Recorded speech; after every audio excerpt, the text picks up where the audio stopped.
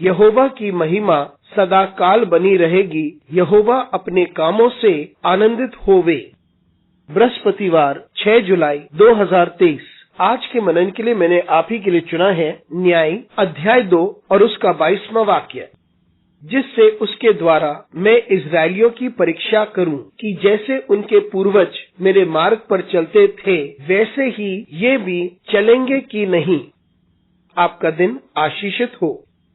जब हमारी जिंदगी में चुनौतियां आती हैं और परेशानियां आती हैं तो वे हमें दृढ़ बनाती हैं और परमेश्वर हमारी परीक्षा लेता है यदि हम उसके मार्ग पर चलते हैं या नहीं। आइए इस वाक्य पर मनन करते हैं। आज की सुबह का विषय है हमारी यात्रा में अड़चन।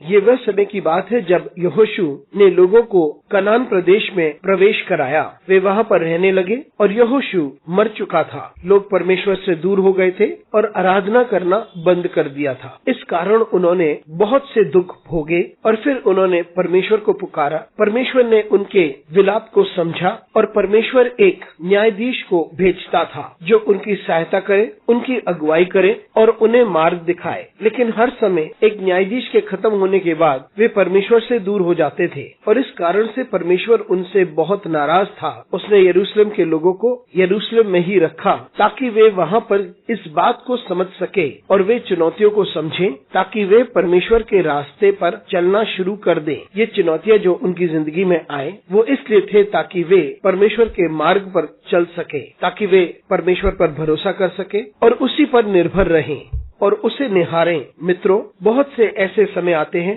जब हमारे चारों ओर चुनौतियां होती हैं। हम जो कुछ करते हैं उन सब के बावजूद हम चुनौतियों का सामना करते हैं। ये चुनौती हमारे साथ बनी रहती हैं। पौलुस के साथ भी एक समस्या थी। उसने प्रार्थना की लेकिन परमेश्वर ने उससे कहा कि मेरा अनुग्रह तेरे लिए काफी है। हमारी जिंदगी में बहुत सी चुनौतियां आती हैं लेकिन ये चुनौतियां हमें भयभीत नहीं कर सकती, ये हमें पराजित नहीं कर सकती। वे हमारी जिंदगी में बनी रहती हैं ताकि हम परमेश्वर की सामर्थ्य को समझ सकें और आगे बढ़े, ताकि हम परमेश्वर की इच्छा को पूरी कर सकें और हमेशा उसी के मार्ग पर चले। तो ये सारी चुनौतियां, अवरोधन, परीक्षाएं ये हमारी सहायता करती हैं ताकि हम परमेश्वर के और करीब पहुंचे और उसके लिए हम बल पाएं और उसके मार्ग पर हम चल सकें। अनुग्रहकारी परमेश्वर स्वर्गीय पिता, हमारे साथ तू बना रहे और हमारी सहायता कर। सारी चुनौतियों में हमारे साथ बना रहे। यीशु मसीह के नाम से मांगते हैं, आमीन।